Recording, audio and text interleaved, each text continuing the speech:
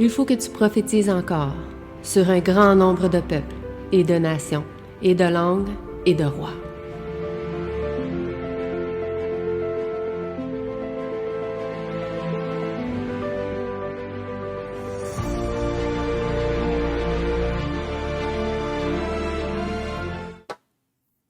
Donc aujourd'hui, nous allons débuter notre nouveau trimestre et notre dernier trimestre de l'année sur la première épître de Pierre qui portait le titre « L'espérance chrétienne ».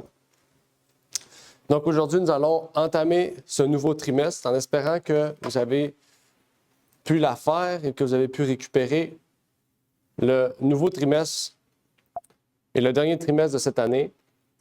Et donc, avant de commencer, bien sûr, j'aimerais pouvoir prier avec vous pour pouvoir entamer donc cette révision de l'école du sabbat. Prions.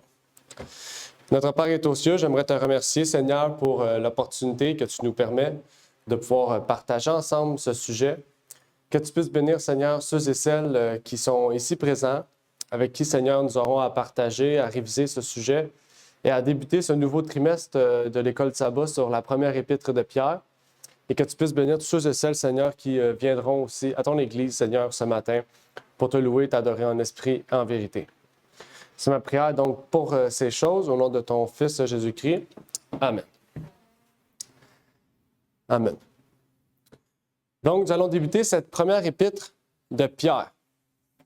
Dans 1 Pierre, Pierre débute ce message en nous partageant ensemble, donc, les salutations, un peu à la manière aussi de Paul. Et on va revenir sur ces salutations dans quelques instants. Mais bien sûr, avant tout, oh non, bon, j'ai oublié quelque chose d'important. Non, les questions sont là. J'ai oublié de mettre, je ne l'ai pas avec moi en plus. Bon, je vais aller le chercher parce que c'est quand même important, là. Je voulais en parler un peu parce que Pierre en parlait, donc je vais prendre le temps d'aller le chercher.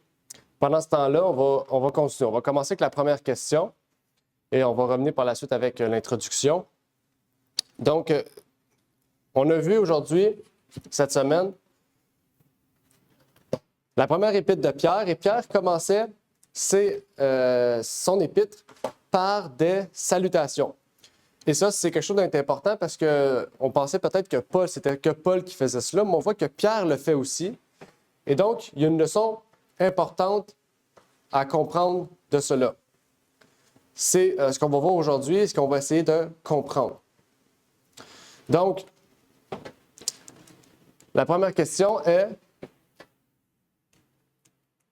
quelle est donc l'importance de saluer des gens et la politesse? Parce que c'est un signe de politesse, un signe de reconnaissance que Pierre ici fait et que Paul aussi a fait, et qu'on remarque que chaque personne dans la Bible, chaque personnage dans la Bible fait des salutations à leur façon, mais il fait des salutations.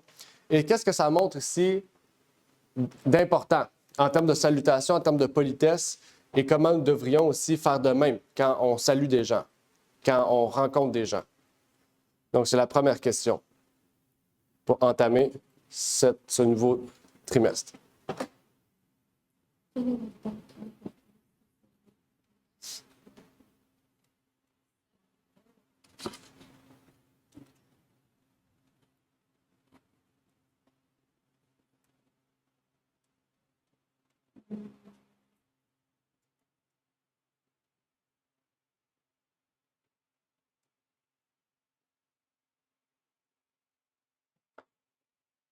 Quel signe important que montre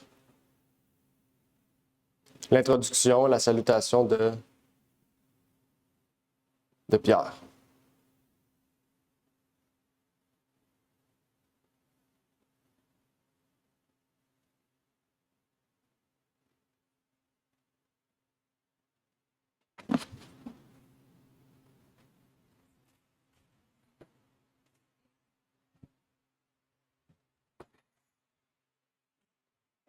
Vous êtes capable de répondre, c'est sûr, c'est la question la plus simple. L'importance de saluer. Hein?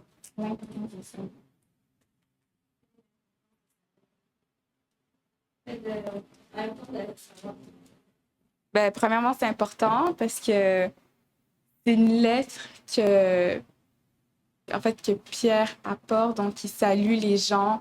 On leur envoie comme des salutations, des bénédictions et une forme comme d'affection qu'il a envers ces personnes, puis qu'il aimerait vraiment leur faire savoir qu'il les apprécie, qu'il les aime beaucoup. Oui, effectivement. OK. Intéressant. Effectivement, c'est quelque chose qu'on peut remarquer dans ces salutations-là. Est-ce qu'une autre personne aimerait intervenir? C'est aussi de savoir qui est l'auditeur de cette lettre, le receveur de cette lettre. L'auditeur, ça va être aussi parler de cette façon. Qui est le receveur de cette lettre, à qui s'adresse aussi. Comme on peut voir, il a dit d'où il venait, le point qui dans la salutation, mais à qui aussi. La Cappadoce, ici, la dit comme il s'adressait à un public particulier. OK, parfait. Effectivement. On va aller lire quelques passages bibliques et comprendre aussi ce que Pierre a voulu nous révéler dans la plus grande compréhension de ce que la Bible nous révèle. Dans Romains 12, verset 10, on peut y lire « Quant à l'amour fraternel, soyez pleins de tendresse les uns pour les autres. Quant à l'honneur, prévenez-vous les uns les autres. » Donc ici, Paul nous montre l'importance de l'amour fraternel, mais nous montre comment doit-on révéler l'amour fraternel.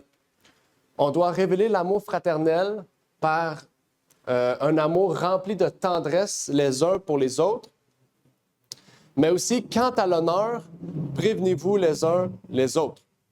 Donc, ce que Paul ici révèle, c'est la manière dont Paul fonctionnait en débutant ses lettres et en terminant ses lettres. Et c'est la même chose que Pierre aussi révèle ici en commençant ses lettres et en concluant ses lettres. Il révèle l'amour fraternel. Il révèle une salutation, une politesse. Aujourd'hui, ça change aussi selon les époques, ça change selon les nationalités. Chacun a des façons de poli de se présenter, des façons polies de se saluer. Mais l'amour, c'est compris dans l'amour fraternel. Donc, quand on a l'amour, en fait, on va montrer des signes de politesse, des salutations polies envers les autres. Et ça, c'est un signe de tendresse aussi, un signe de remerciement, un signe de salutation et d'honneur et de respect envers la personne qu'on a devant nous. Donc ça, c'est très important. Mais le mot dans Pierre, le mot dans la première épître de Pierre, quand il dit « salutation », qu'on retrouve à quelques endroits aussi dans la parole de Dieu, c'est le mot « aspazomi ». OK? Et « aspazomi », c'est le mot grec qui signifie, qui représente « salutation », mais qui veut dire utilisé pour ceux qui accostent quelqu'un d'autre, qui vont faire une courte visite, montrer son respect par une visite. Les salutations ne consistaient pas dans un simple geste amical et quelques mots, mais dans de grandes embrassades. Un voyage était souvent retardé par les manifestations d'adieu. Donc, c'est pour ça qu'on voit quand Paul il manifestait, surtout dans l'épître de Actes, quand il allait à Jérusalem, ça avait pris presque une journée de plus juste pour dire au revoir, juste pour dire adieu à ses amis.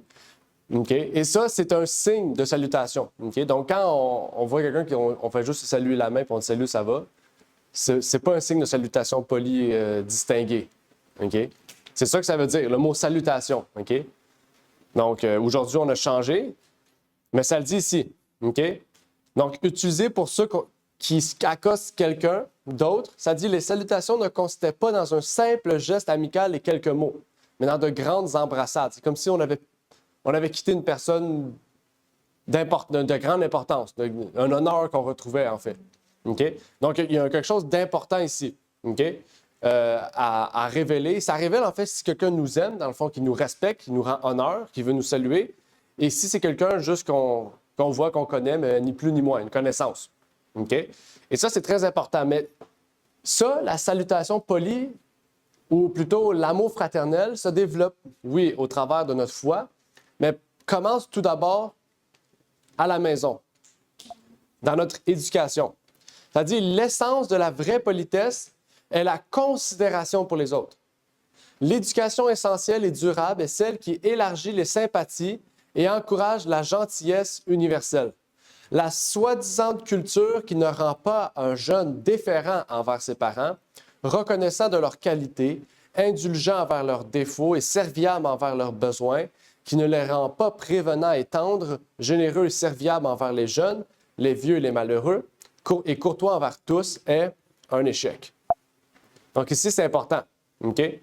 L'essence de la vraie politesse est la considération pour les autres, l'éducation essentielle et durable. Donc en fait, ce qu'elle décrit là, si un individu, un jeune, okay? Quand elle dit jeune, n'oubliez pas, jeune dans votre tête, il ne faut pas oublier, c'est entre 15 et 25 ans, un jeune. Donc si elle ne montre pas de vraie politesse et donc une considération envers les autres, ce jeune est un échec. Son éducation, en tant que jeune, est un échec. Okay? C'est ce qu'elle définit ici. Okay? Donc, c'est important, en fait. Okay? C'est important. C'est pour ça que la parole de Dieu dit, ça dit respectez vos parents. Le 5e commandement dit honorez votre père et votre mère. Mais le psaume, il dit honorez vos parents jusqu'à la blanche vieillesse. Okay? Donc, peu importe l'âge, ça dit qu'on doit être généreux et serviable envers les jeunes, les vieux, les malheureux et courtois envers tous. Il n'y a pas d'âge, en fait, il n'y a pas de limite. Et ça commence dans l'éducation. Bon, je n'ai pas pu retrouver mon image, mais je vais vous en montrer un autre par-dessus ce qu'on étudie pour revenir avec ce qu'on a vu. Peut-être pour ceux qui n'avaient pas vu, est-ce que vous vous rappelez, c'était quoi les 5 régions qu'on avait parlé dans la leçon? Quelles étaient les 5 régions qu'on a parlé dans la leçon? Le pont, Le pont, OK. la Galatie, Regardez pas l'écran, je vais vous l'enlever si vous... la Capousie, l'Asie et la Bithynie. OK. L'Asie, vous avez dit l'Asie? Le pont, la Bithynie, Galatie, puis Cappadoce, exactement. Donc, c'est ça qu'on va regarder ensemble. C'est important d'avoir un lieu géographique de ce que Pierre parle. C'est même essentiel d'avoir quand même un contexte historique, puis j'aime ça faire ça à chaque fois qu'on parle de quelque chose qui est biblique avec l'histoire. Et on va regarder ensemble dans les régions. Pour ceux qui sont sur Zoom, vous n'aurez pas mes mains qui montrent c'est où l'endroit, donc vous aurez à chercher. Puis je ne peux pas vous dire mettez sur pause parce que c'est un peu difficile. Ben déjà, la Cappadoce, c'est facile. La Cappadoce, c'est là. La Galatie, c'est tout le truc bleu ici. OK. La Bithynie, c'est ça?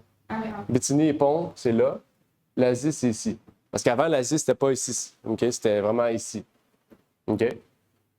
Est-ce qu'il en manquait? Non, tout est là.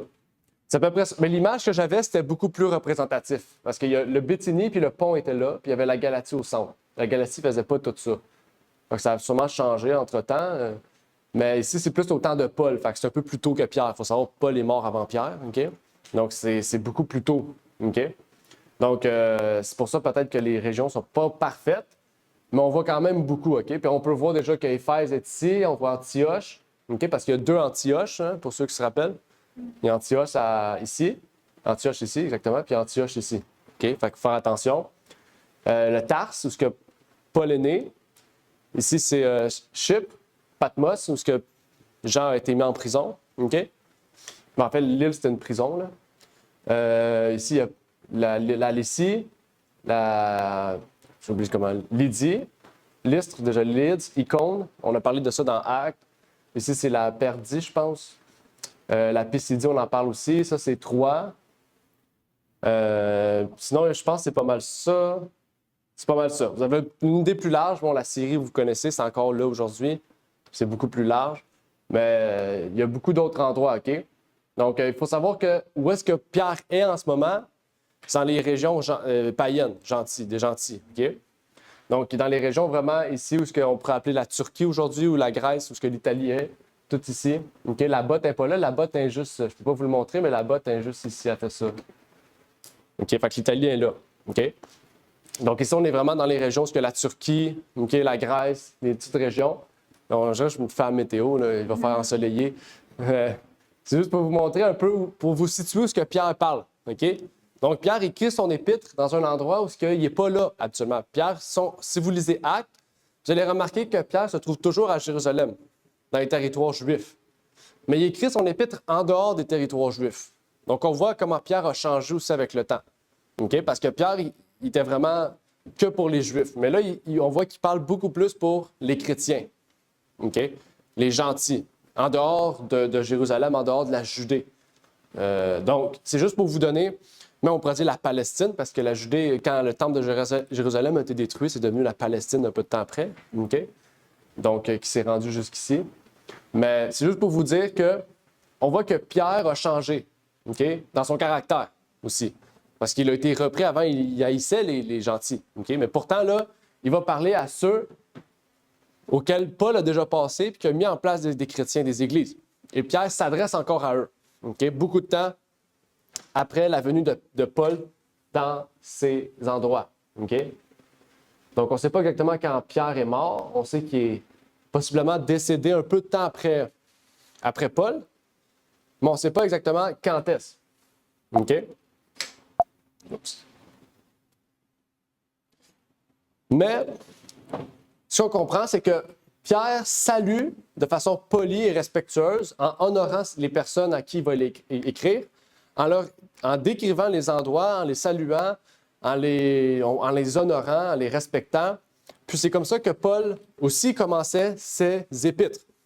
Donc, Pierre reprend un peu cette idée-là et ça montre que ce n'est pas juste quelque chose que Paul a. Ce n'est pas quelque chose qui est propre à Paul, c'est quelque chose qui est propre à tous les chrétiens.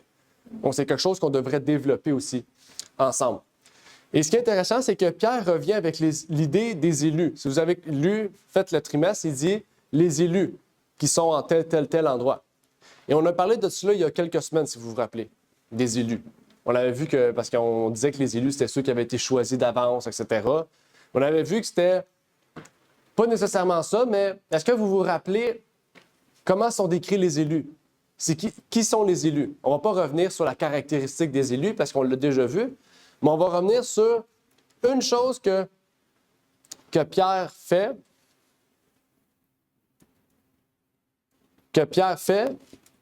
puis qui exprime comment sont décrits les élus.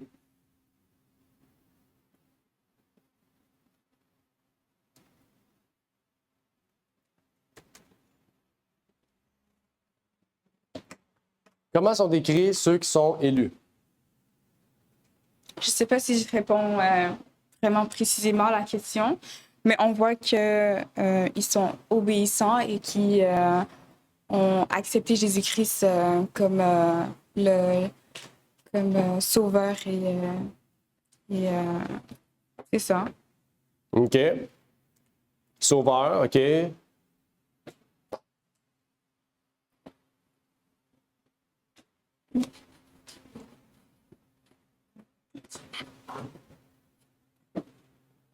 Oui, sur Zoom, attends, Rina, 30 secondes. Oui, sur Zoom.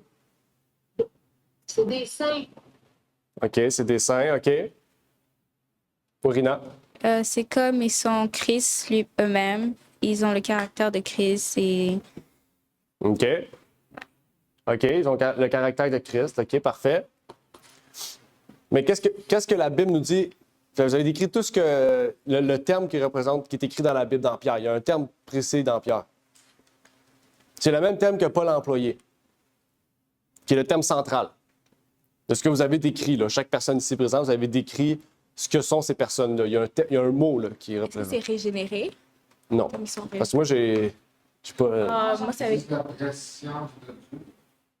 La préscience de Dieu, on va en parler, parce que aussi, c'est un terme, je ne sais pas si vous savez ce que ça veut dire, mais c'est quand même un terme assez riche. Sanctification de l'esprit, exactement. OK? On décrit les saints comme étant sanctifiés. OK? Donc, s'ils sont sanctifiés, c'est parce qu'ils ont le caractère de Christ, c'est parce qu'ils sont des saints. OK? Quelqu'un de saint, c'est quelqu'un qui croit à la sanctification puis qui veut la pratiquer. Comme quelqu'un qui est juste, c'est quelqu'un qui croit à la justification. OK? Donc, c'est important. Quand la Bible nous dit que nous sommes justes et saints, c'est parce que nous croyons à la justice de Christ et la sanctification de Christ. Par Christ, par son esprit. OK? Donc, les élus, portent ce terme-là tant et aussi longtemps qu'ils sont dans le processus de la sanctification, qui croient à la sanctification et qui sont sanctifiés par l'Esprit, qui sont appelés saints, justes et saints. OK? Et il dit même qu'ils participent à l'aspersion du sang du Christ, donc à la justification. Donc on décrit vraiment les élus comme étant des êtres, des personnes justes et saints, remplis de justice et de sainteté. OK? Et là, on arrive avec le terme préscience de Dieu. C'est vrai que c'est un terme assez particulier. D'après vous, qu'est-ce que ça veut dire préscience de Dieu? Vous savez c'est quoi? C'est juste que c'est peut-être la première fois que vous voyez ce mot-là, mais la définition, la signification du mot, vous savez c'est quoi? Je le sais. Parce que c'est une caractéristique de Dieu. Si vous avez fait des recherches, c'est pas simple. Vous allez sur Google écrire préscience. Oui, ça a rapport avec son caractère. À ce qu'il est. Majestueux, OK. C'est pas...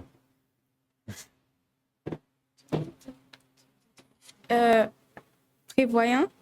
Prévoyant. Prévoyant. OK, intéressant. Prévoyant.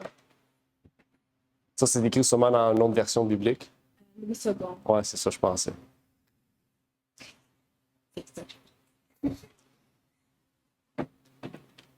Est-ce que vous avez une autre idée? Prévoyant, c'est un bon mot. C'est peut-être pas le mot exact. Hein? Destiné, OK. On se rapproche de l'idée. Vous avez peut-être une idée. OK? Mais préscience, c'est omniscience. C'est la même chose. OK? Préscience, ça veut dire qu'il prédit, qu'il prévoit tout. OK? Donc, la préscience de Dieu, ou l'omniscience de Dieu, c'est la même chose. Ça veut dire qu'il sait et qu'il connaît tout. OK? Mais malgré qu'il sait et qu'il connaît tout, Pierre a bien dit que nous sommes élus de Dieu par la sanctification de l'Esprit. OK? Ça veut dire que l'Esprit travaille au-dedans de nous pour nous amener à la sainteté. OK? Donc, c'est quelque chose d'intéressant et d'important. Et Pierre continue, parce que le grand titre de la leçon, c'est la grande espérance. Là, on n'a pas parlé de l'espérance encore. On a entré dans l'introduction à essayer de comprendre. Mais là, Pierre liste l'espérance vivante que Dieu nous a donnée. Et ça, c'est le centre de notre leçon aujourd'hui. Quelle est la grande espérance que Pierre nous a donnée? Quelle est la grande espérance que Pierre nous a donnée? Là, si vous avez fait la leçon, vous avez lu 1 Pierre 1, du moins la partie que nous avions à lire, vous devriez voir une liste de choses que Pierre parle. Et la liste de choses, c'est la grande espérance. Ce n'est pas des grandes espérances, c'est la grande espérance que Jésus nous a donnée quand il est venu sur terre. Donc, chacun de vous peut nommer quelque chose, parce qu'il y en a beaucoup. La grâce et la paix.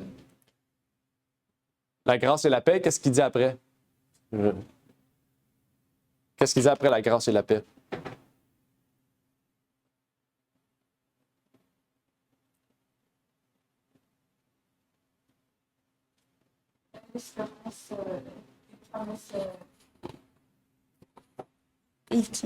L'espérance, c'est comme les promesses de Dieu.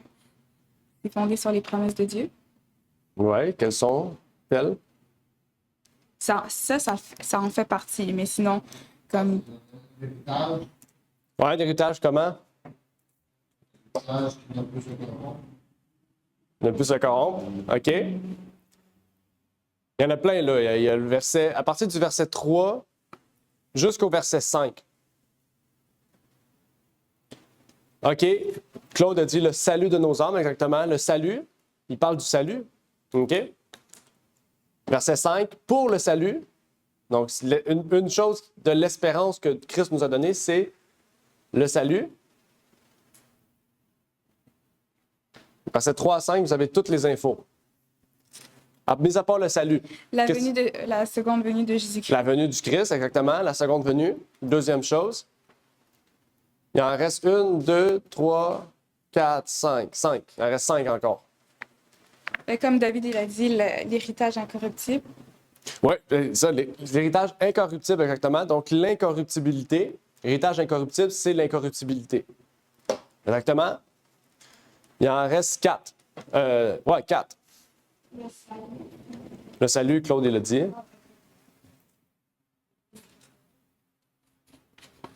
épreuves. Les épreuves, OK.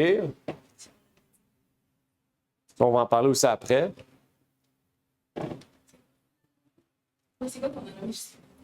On l'a nommé. Et de salut, la seconde venue de Jésus, l'héritage. Ouais, l'incorruptibilité. Exactement.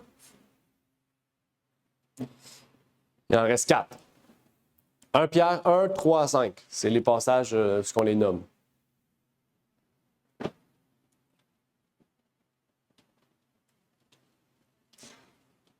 À quoi? La puissance. La résurrection, exactement. Résurrection des morts. Il en reste 3.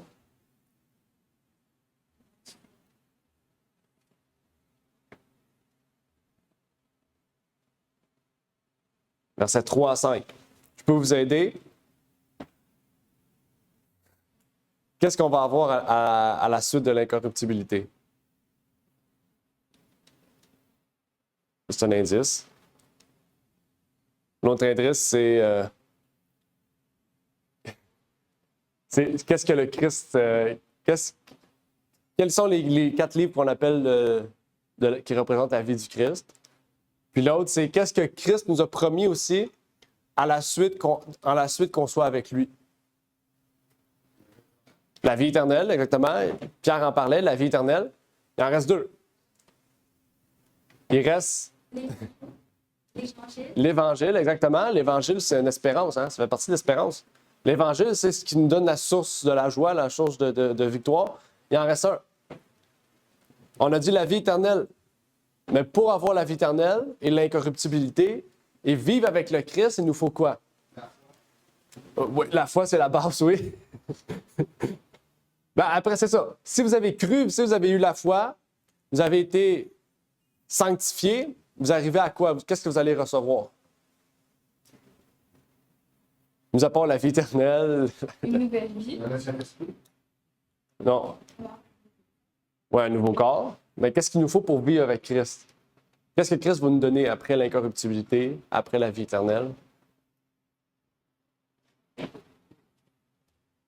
Hein? L'immortalité. Oui, l'immortalité, OK.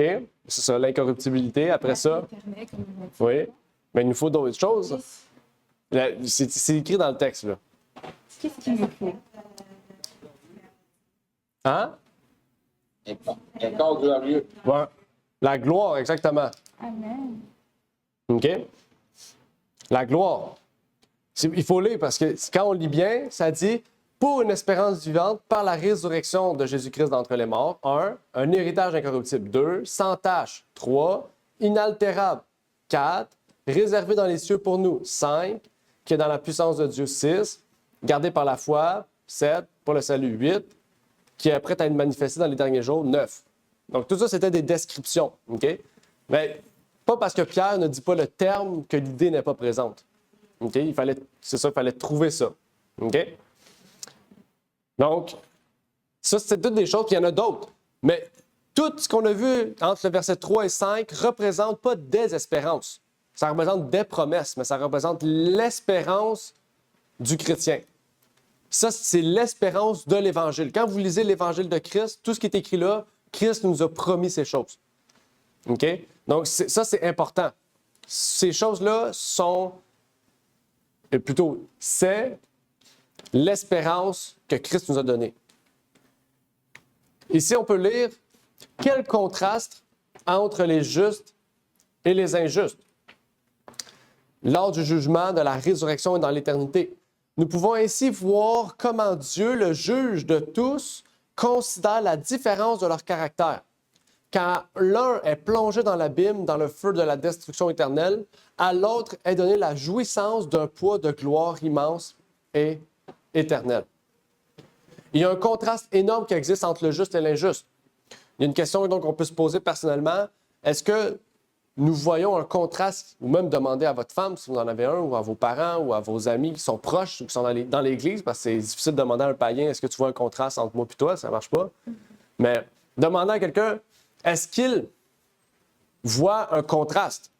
Ou demander à quelqu'un qui a une foi solide, Est-ce qu'on voit un contraste entre nous et les injustes? Est-ce qu'on voit un contraste entre les justes et les injustes? Est-ce que mon caractère est différent de celui des injustes? OK? Et c'est important. Et c'est là qu'on voit, est-ce que nous sommes sanctifiés par l'Esprit? Parce que la justice n'apporte pas un changement de caractère. Hein? La justice, c'est le moyen par lequel nous sommes sauvés. C'est la foi. OK? Mais la foi ne nous change pas de caractère. C'est l'Esprit du Christ qui nous change de caractère. OK? La foi est le moyen par lequel l'Esprit peut travailler en nous pour changer de caractère. Ce qu'on appelle la sanctification. OK? Mais il y en a beaucoup, c'est ça qu'ils disent. Ils disent, tu as la foi, tu es sauvé, tu es justifié, c'est bon. Mais non. La Bible nous dit que nous sommes justes et saints. Donc, justice et sainteté. Nous devons croire à la justice et à la sainteté. C'est l'appel à ce que... c'est ce à quoi Christ nous appelle. Et cet héritage, que nous y croyons, que nous voulons y participer ou non, va arriver à terme. C'est ça qu'il faut comprendre. L'Évangile, c'est quelque chose qui va s'accomplir. On a vu dans le message du premier ange, l'Évangile éternel. Okay? L'Évangile éternel était présent avant que nous, on soit présents, puis elle va être présente après que nous soyons présents. Donc, l'Évangile éternel n'est pas basé sur ce que nous voulons avoir ou ce que nous voulons faire pour le Christ, mais c'est nous qui devons suivre la parole de Dieu pour pouvoir obtenir le salut, c'est-à-dire voir Jésus-Christ dans le ciel. Et quand Dieu fait une promesse, Dieu l'accomplit. Il l'accomplit en son temps. La Bible et Pierre nous dit que le salut se révélera dans les derniers jours. Et c'est par notre foi que nous serons sauvés.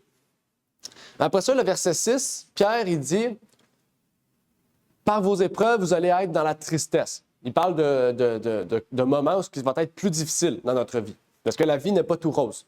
Okay? La vie est difficile des fois. Et Pierre nous dit, ça se peut qu'on ait de la tristesse dans les épreuves. Donc, une des questions qu'on pourrait se poser, c'est, est-ce que la tristesse qui est produite par les épreuves est normale? Est-ce que c'est normal d'être triste des fois dans la vie? Parce qu'il y en a beaucoup qui vont dire, bon, il ne faut pas être triste, on est chrétien, il faut toujours être joyeux. Mais est-ce que c'est normal d'être triste dans la vie? Est-ce que c'est normal d'avoir des moments de tristesse, des moments de désespoir? Parce qu'on passe à travers quelque chose de difficile et auquel, eh bien, on vient triste. Quand on vient triste, c'est parce qu'on n'a plus le contrôle, en fait.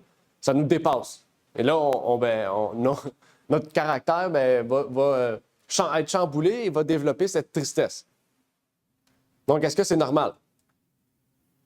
Ou on devrait plutôt différencier la tristesse pour les choses inutiles puis la tristesse biblique ou divine, je ne sais pas comment dire. Est-ce qu'il y a peut-être une différence qui existe? Ou est-ce que la tristesse, c'est la tristesse, puis il n'y a pas de différence?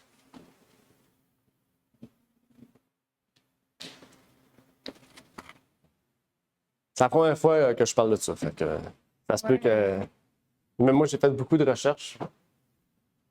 Parce qu'on peut être triste pour différentes choses. Hein? On peut être triste parce que. Il y a des gens qui peuvent être tristes parce que.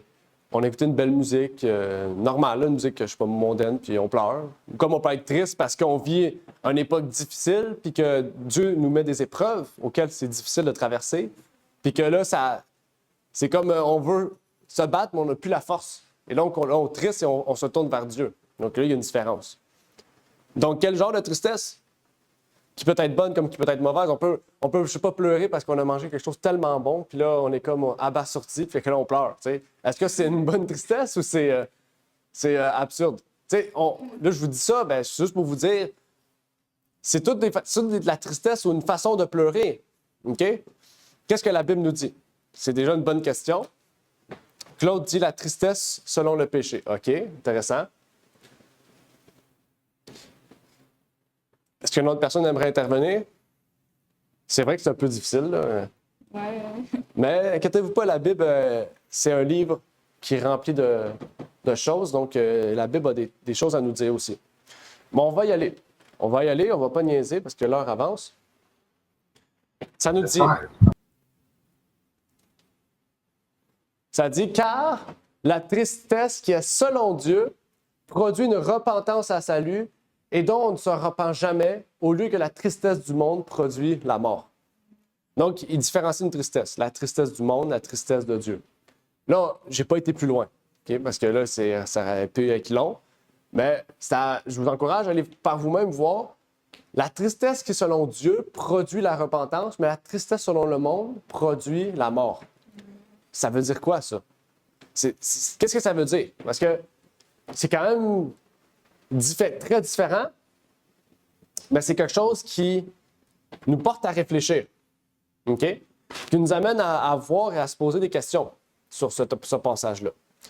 On va lire un autre passage de la servante, peut-être que ça va mieux nous permettre de comprendre, et ça nous dit « Nous sommes dans un monde de souffrance. » On n'a rien à dire, c'est vrai. Difficultés, épreuves et chagrins nous attendent tout au long du chemin vers la maison céleste. Donc, on sait que la tristesse va nous suivre jusqu'à la maison. OK? Mais nombreux sont ceux qui rendent le fardeau de la vie doublement lourd en anticipant continuellement les problèmes. Là, c'est quelque chose d'intéressant. OK? Qu'est-ce qu'elle veut dire par là? Qui rendent le fardeau de la vie doublement lourd, c'est-à-dire que la vie est déjà difficile, se mettre un double poids en anticipant continuellement les problèmes. Ça nous fait penser à l'anxiété. On ne va pas nommer de personne, je vais la pointer comme ça. Mais elle nous dit quelque chose d'intéressant. Okay? Des fois, on va se faire face à une situation, puis on va s'imaginer le pire. En s'imaginant le pire, on se met un double poids. On va s'imaginer des situations hypothétiques. Imagine si c'est ça qui m'arrive, si c'est ça qui m'arrive, si c'est ça qui m'arrive. Puis là, tu te crées un stress, tu te crées plus de chagrin, plus de souffrance. Tandis que déjà, la situation dans laquelle tu vas, c'est déjà souffrant. Pourquoi te mettre un double poids? Okay? Donc là, ce qu'elle nous dit ici, c'est que ça part de l'esprit. Okay? Il faut travailler là-dessus. Elle continue, elle dit « S'ils rencontrent l'adversité ou la déception, ils pensent que tout va se gâter, que leur sort est le plus difficile de tous, qu'ils vont certainement manquer de tout. » Ils voient l'extrême. Okay? C'est ainsi qu'ils s'attirent le malheur et jettent une ombre sur tout leur entourage. Pourquoi? Parce que ça va se faire ressentir. Tu vas le voir chez la personne. Tu vas dire « Qu'est-ce qu'il y a? » Ben, je vis ça, puis je pense que c'est ça qui va m'arriver. T'sais. Ça dit « La vie elle-même devient un fardeau pour eux. Mais il n'est pas nécessaire qu'il en soit ainsi. » Ça dit, il faudra un effort déterminé pour changer le courant de leur pensée. Donc, Dieu nous donne la possibilité. Elle nous dit que Dieu nous donne la possibilité de pouvoir changer. Mais est-ce qu'elle a dit que ce serait facile? Non, elle a dit, il faudra un effort déterminé. OK? Mais le changement peut se faire. Leur bonheur, tant pour cette vie que pour la vie à venir, dépend de leur capacité à fixer leur esprit sur des choses joyeuse. Qu'ils détournent le regard du sombre tableau qui est imaginaire vers les bienfaits que Dieu a semés sur leur chemin et au-delà vers l'invisible et l'éternel. L'éternel, ouais. Donc ici, c'est un sujet très, très, très important. Parce qu'on vit dans une société où on est rempli de choses comme ça, d'idées comme ça. OK? Et qu'est-ce que je veux dire par là, c'est que par exemple, si on a une mauvaise confiance en soi, si on a une mauvaise estime de soi, on peut arriver même avec ça. Une anxiété sociale. Quand on arrive dans un lieu où on dit ben, peut-être que les gens vont me juger, peut-être que les gens vont penser ça de moi, peut-être que les gens vont dire ça de moi. OK? C'est la même chose ici. Tu t'imagines des situations auxquelles tu n'as pas fait face. Là, je ne dis pas que tout le monde est comme ça, mais la société a créé un monde comme ça. Où ce que si le divertissement dit ça, ben, il faut que tu sois comme ça, sinon tu n'es pas bon. Tu dois t'habiller comme ça parce que telle compagnie de mode a fait ça, ça, ça. Si tu ne le fais pas, tu n'es pas bon. C'est ça la société d'aujourd'hui. C'est qu'on crée la moralité, on crée l'habillement, on crée notre société au fur des années. Puis si tu ne suis pas la société, eh bien, tu es mal perçu, tu es jugé, tu es critiqué, tu n'es pas bon, tu ne sers à rien, tu n'es pas beau, tu es laid, tu es passé date. On dit ça, tu es passé date. Mais elle nous dit ça, elle nous dit, c'est normal que là, tu penses que les autres vont te juger. Hein? Parce que tu es dans une société où entre nous, on juge, en fait, sur tout et rien, en fait. C'est plate, mais c'est comme ça. Ça, c'est important. Et c'est pour ça que la jeunesse aussi est déstabilisée puis démoralisée, parce que justement, on est dans une société qui est décrite comme marquée ici. Tu voulais dire quelque chose? Ça me rappelle l'histoire que Nathalie nous avait racontée quand elle était infirmière. Puis elle avait vu comme 2 personnes qui avaient le même cancer, ils avaient été diagnostiqués comme de la même maladie. Puis tu voyais un qui était toujours toujours fatigué, les épaules baissées. Tu voyais que la maladie l'avait vraiment accablé.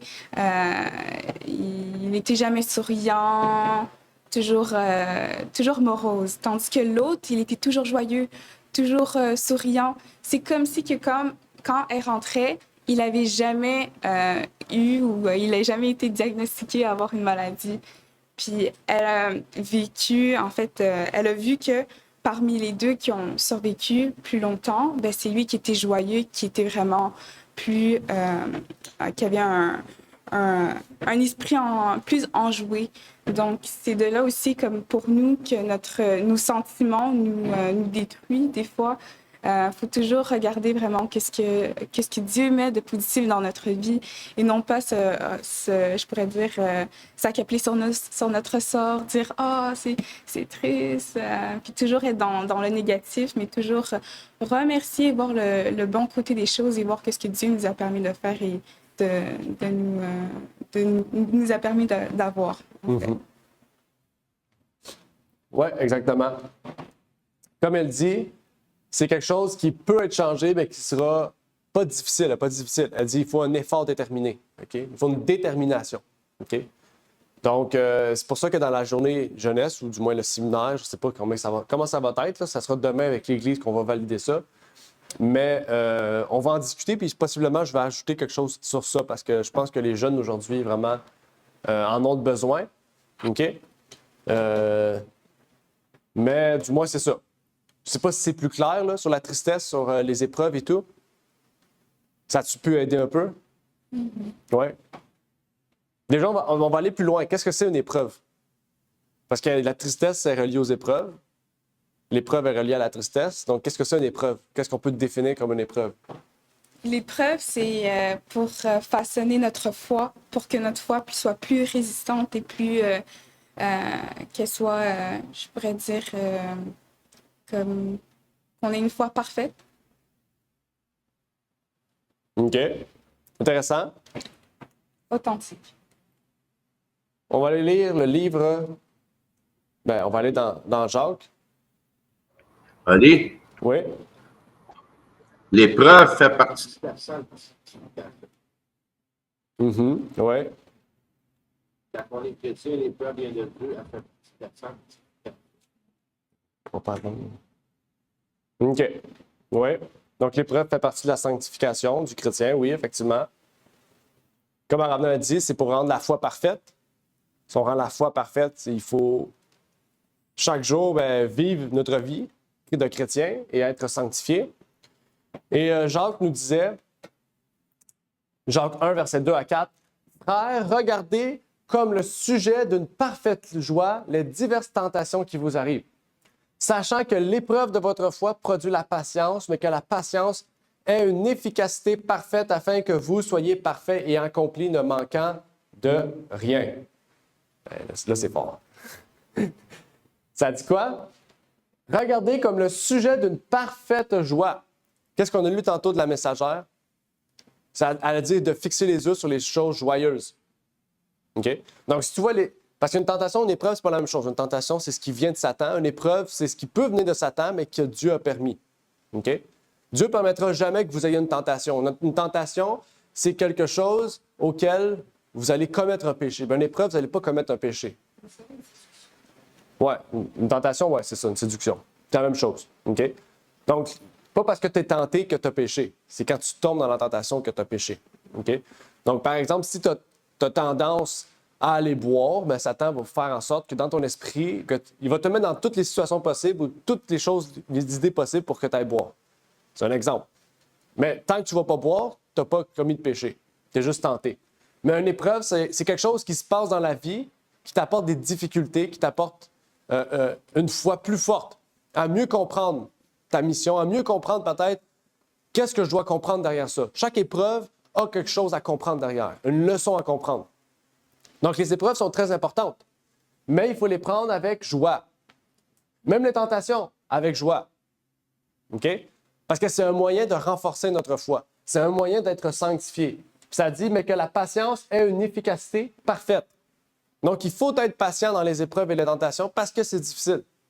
Puis parce que c'est difficile, ben ça va vous amener à la perfection. Ça va vous amener à la sanctification. OK? Donc, vous allez avoir plusieurs épreuves, plusieurs tentations. Ça ne va jamais arrêter jusqu'à la fin des temps. Mais ça va arrêter jusqu'à temps que vous soyez parfait et accompli. Donc, toute votre vie, en fait. Jusqu'à temps que vous allez mourir ou aller au ciel, vous allez subir des tentations et des épreuves. OK? Mais Dieu a veillé à une promesse.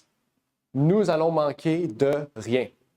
On va toujours avoir de la nourriture sur la table. On va toujours avoir tout ce qu'il nous faut pour passer au travers de ces épreuves et de ces tentations. Mais il nous faut le prendre avec joie.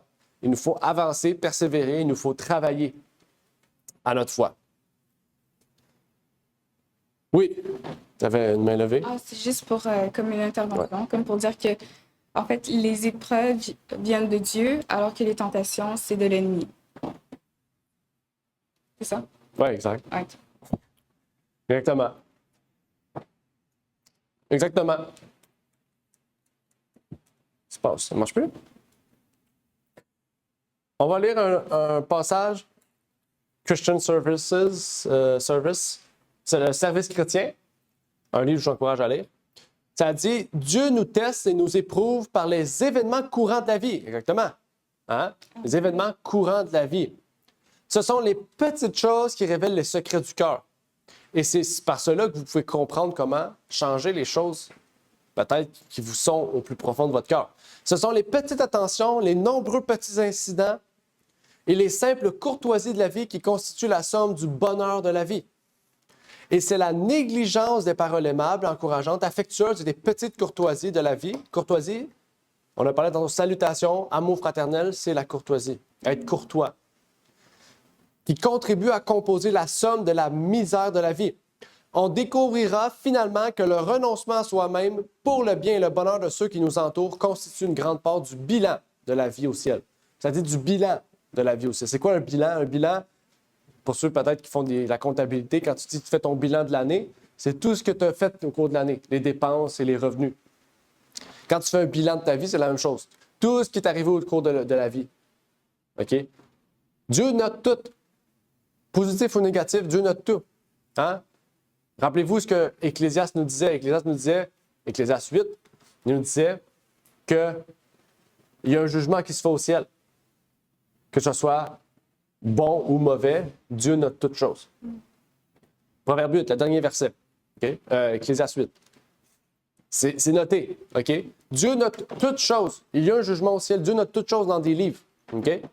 Et il les note, et ça sera un bilan de la vie au ciel. Au ciel, on va voir tout ce qu'on a fait. Toutes les choses mal, on va les voir aussi. Mais on va voir que Dieu les a effacées, parce qu'on va être déclaré juste. OK, cette semaine, tu n'as pas ouvert la porte à une petite madame, elle l'a mangé d'en face, elle est tombée. Toi, tu l'as regardé, tu as fait. Qu'est-ce qu'elle fait? Ben, c'est de ta faute. Ben, ça, c'est noté. Mais si le soir, tu te rappelles que tu as fait ça, puis c'était de ta faute, puis tu reconnais cette faute-là, tu demandes pardon à Dieu, Dieu l'efface. C'est ça la foi. C'est ça la justice. OK? C'est ça, en fait, ce à quoi Dieu nous appelle. Et là, le lendemain, tu vas revoir peut-être cette même madame-là, puis là, tu vas ouvrir la porte. Puis là, elle va te faire un gros sourire. Donc, c'est comme ça, en fait, qu'on apprend de nos erreurs, qu'on grandit. OK? La vie ne sera pas facile. Dieu n'a jamais dit que la vie va être facile, même avec lui. Il a dit qu'elle sera plus facile, mais il n'a pas dit qu'elle sera facile. Elle va être plus facile avec Dieu. Elle va être meilleure parce que vous allez voir toutes les choses négatives, positives, parce que vous allez prendre les choses négatives en bonheur, en joie. Puis vous allez aider beaucoup plus votre prochain que vous-même. Ce que je veux dire Oui. aussi, c'est que comme aussi, c'est pas seulement les gens du dehors, mais aussi les gens qui sont comme à proximité de nous ou qui sont proches de nous. Dieu nous teste vraiment sur tout, sur toutes les réactions qu'on a. Est-ce qu'on sera triste pour la personne quand on va avoir une triste nouvelle? Est-ce qu'on aura de la compassion, pas de la pitié, mais de la compassion? Est-ce qu'on aura des bonnes paroles? Il veut vraiment comme nous éprouver, voir vraiment si... comment est-ce qu'on réagit face aux situations et n'importe quelle situation de notre vie et que ce soit n'importe quelle personne vraiment éloignée comme proche, même par exemple moi envers toi et même envers mes sœurs ou n'importe qui. Oui, exactement. Exactement. Et ça, c'est quelque chose de très important. Et à la base, ça part de la foi. À la base, ça part de la foi. OK? La foi va nous changer. Va changer notre caractère, va changer la perception de la vie, va changer toutes les sphères de la vie. OK? Ça ne change pas un aspect, ça change toutes les sphères de notre vie. OK? Ça change, parce que là, on part de l'injustice à la justice. Donc, il y a une démarcation grande, si vous le savez, qui existe entre les justes et les injustes. On doit la remarquer. Si on ne la remarque pas, il y a un problème. Priez Dieu. Et verset 8, désolé de la leçon, 1 Pierre 1, verset 8 nous dit « Que vous aimez sans l'avoir connu, en qui vous croyez, sans le voir encore, et vous vous réjouissez d'une joie ineffable et glorieuse. » Encore la joie est au centre de tout le message du jour. L'espérance chrétienne commence par la joie, parce que l'espérance est une joie pour chacun de nous. Et nous devons prendre la vie comme la joie, en fait, la plus grande qui existe. Jean 20, verset 29 nous dit, Jésus lui dit, « Parce que tu m'as vu, Thomas, tu as cru. » Quelle béatitude Jésus fait? Heureux ceux qui n'ont pas vu et qui ont cru. Amen. Thomas a cru parce qu'il l'a vu. Mais vous avez cru parce que vous n'avez pas vu. Donc, il y a une plus grande joie à ceux qui croient sans voir. OK? Et aujourd'hui, on dit ça. On dit que l'amour, la base aujourd'hui de l'amour général, l'amour, je parle de l'amour homme-femme, ou peu importe les genres qui existent, juste pour vous dire, parler de l'amour, on passe par Tinder. OK?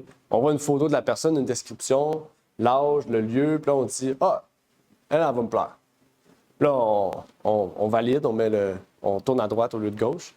Puis là, quand on va au rendez-vous, on dit « Hey, c'est pas ça pantoute. Qu'est-ce que c'est ça? C'est pas la personne que j'ai vue, là. C'est pas la même personne qui est décrite. » OK? Mais je vous dis ça parce que c'est la même chose avec Jésus.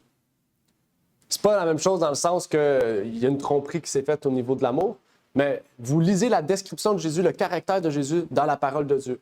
Vous lisez les évangiles, vous lisez toute la parole de Dieu, vous voyez comment Jésus est, vous comprenez comment Jésus est, vous pouvez imaginer comment est Jésus au niveau de son caractère, parce que vous ne savez pas physiquement comment il est. Mais quand vous allez le voir, vous allez voir réellement la personne que vous avez connue dans la parole de Dieu. Il n'y aura pas de tromperie. OK? Et ça, c'est ça, l'amour part à la base que nous avons lu et étudié. Nous avons une confiance dans la parole de Dieu. Pour avoir confiance en Dieu, il faut avoir une confiance dans la parole de Dieu. C'est pour ça que les gens qui lisent la parole de Dieu disent « Mais j'ai lu la parole de Dieu, mais je ne crois pas plus en Jésus. » Parce que tu n'as pas confiance en la parole de Dieu. Tu l'as lu parce que ça te tentait de le lire, parce que c'est intéressant, parce qu'il y a des belles paroles. Mais est-ce que tu crois que la parole de Dieu est le livre de vie? Si tu le crois, tu vas croire que qu'est-ce qui est écrit dedans? Eh bien, la personne est au ciel, puis elle est là pour toi, puis elle t'attend. C'est ça que Jésus a voulu dire ici. C'est que Thomas a cru que Jésus était ressuscité parce qu'il l'a vu. Les autres l'ont cru parce que Jésus l'avait dit avant qu'il meure. Je vais ressusciter. Puis parce que les femmes sont venues puis ont dit, on a vu Jésus, ils ont dit, si eux l'ont vu puis ils y croient, nous devons y croire. Plus loin, 2 Corinthiens 4, verset 18, l'apôtre Paul nous dit, « Puisque nous ne regardons point aux choses visibles, mais aux invisibles, car les choses visibles sont pour un temps, mais les invisibles sont éternelles. » Donc, quand on met notre confiance en Jésus, sans même l'avoir vu, nous savons que la confiance en qui nous la mettons est éternelle. Pourquoi les apôtres ont eu un temps de détresse, un temps de difficulté? Ils ont perdu de la foi quand même. Pourquoi? Parce qu'ils ont vu Jésus, puis là, ils partaient. Puis là, ils ont dit, ben là, celui qui nous guidait est parti. OK? Tandis que nous, on n'a pas à être déçus parce qu'on n'a jamais vu Jésus. OK? C'est la même chose avec un art martial, par exemple. OK? Je ne sais pas. Vous voyez une personne, le fondateur de l'art martial, par exemple, Bruce Lee a fondé un art martial. Vous le voyez, vous apprenez de lui. Mais là, si vous allez voir son élève, quand lui est mort, vous allez voir son élève, vous apprenez de son élève, vous allez dire, c'est pas la même chose que lui. Vous allez être déçu. Vous allez payer le même prix.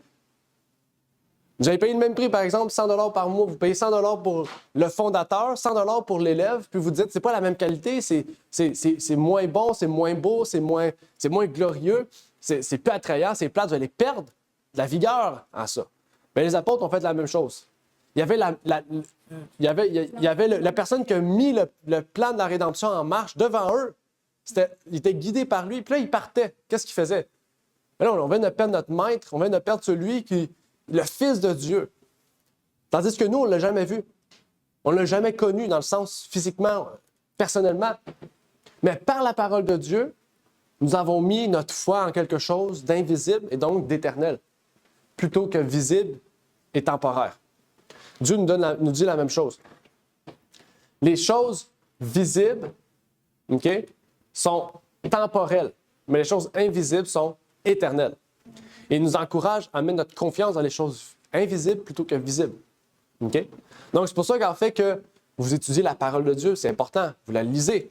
Mais dites-vous qu'il faut s'en rappeler, parce que bientôt, il n'y en aura plus. Et si on n'en a plus, ou peut-être même vous n'allez plus en avoir bientôt, on ne sait pas, peut-être vous allez l'échapper, la briser à quelque part, vous n'en avez plus. Est-ce que parce que vous n'avez plus la Bible, vous n'avez plus de confiance en Dieu? Vous n'avez plus de foi? Non, parce que votre foi ne doit pas être dans un livre, mais doit être dans votre cœur. Si vous avez connu la parole de Dieu, puis vous savez que Dieu est en vous, dans votre esprit qui travaille en vous, OK? Là, je vous dis juste que vous ne devez pas mettre votre confiance dans un livre temporel, parce qu'il y en a beaucoup qui vont utiliser la Bible, c'est comme le livre magique. OK? Tu prends la Bible, tu lances ça sur un démon, le démon sort. La Bible, c'est pas un outil magique. La Bible, c'est des livres avec des lettres dessus. OK? Mais les paroles qui sont écrites dedans sont inspirées.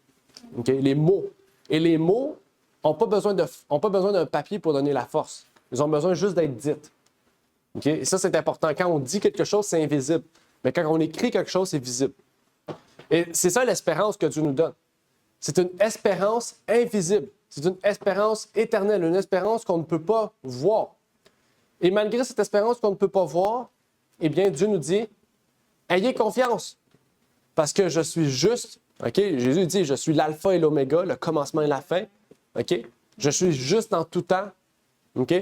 Donc, nous pouvons avoir confiance en quelqu'un qui va toujours être présent, toujours là. C'est lui qui nous donne la joie, la source de joie. Là, j'écris Paul, mais c'est Pierre, pas Paul. Pierre nous encourage à suivre l'inspiration divine au travers de notre vie pour bien comprendre ce que Dieu désire de nous. Dieu désire de nous que nous passons par des épreuves, que nous passons par des tentations, que nous passons par toutes sortes de choses dans notre vie, mais il dit, ayez une joie parfaite. Soyez patients. Je vous fais passer ces choses-là parce que je sais que vous pouvez passer par ces choses-là. Vous devez être fort pour passer au travers de ces difficultés. Vous devez avoir une grande foi, ça sera difficile. Mais je serai avec vous jusqu'à la fin des temps. C'était l'école du sabbat de cette semaine, la première semaine. Ça paraît pas, c'était juste une introduction que Pierre faisait, mais juste cette introduction regorgeait tout le message de l'Évangile. Amen. Claude a cité un passage. Il nous dit « La simple foi en Christ met le Christ à notre place et le Christ est aussi capable de faire face à toutes les armées de Satan qu'à l'un de ses plus petits serviteurs. » Amen. Est-ce qu'il y avait des questions, des commentaires avec ce qu'on a étudié aujourd'hui? C'est quoi le titre de la leçon de la semaine prochaine? C'est ça, sérieux? Le salut parfait, donc c'est parfait. On va pouvoir étudier ça la semaine prochaine, réviser là-dessus. Donc, s'il n'y a pas de questions d'intervention, bien sûr, on va terminer par la prière avant de continuer. Prions. Notre Père est aux cieux, j'aimerais te remercier pour l'opportunité que tu nous permets de pouvoir comprendre, d'étudier, de voir cette leçon de l'école Sabbat et débuter donc l'épître de Pierre. Que tu puisses bénir tous ceux et celles, Seigneur, qui sont ici présents, permettre à ce Seigneur, nous puissions nous réunir ici, Seigneur, dans ce local que nous louons, Seigneur, et auquel nous voulons nous rassembler ensemble pour fraterniser, pour étudier, Seigneur, et pour grandir spirituellement. Et que tu puisses permettre, Seigneur, que ton Église puisse se remplir, Seigneur, et qu'elle puisse avoir l'opportunité de pouvoir, Seigneur, fraterniser encore avec de nouvelles personnes et de plus en plus, Seigneur. C'est ma prière donc pour toutes ces choses au nom de ton Fils Jésus-Christ. Amen. Merci d'avoir écouté cette vidéo. Si vous désirez rejoindre l'œuvre au Québec, veuillez nous contacter par email à asjh1889 de Terrebonne @gmail.com et via Facebook à @asjh 1889 de Terrebonne. Merci à vous et que Dieu vous bénisse.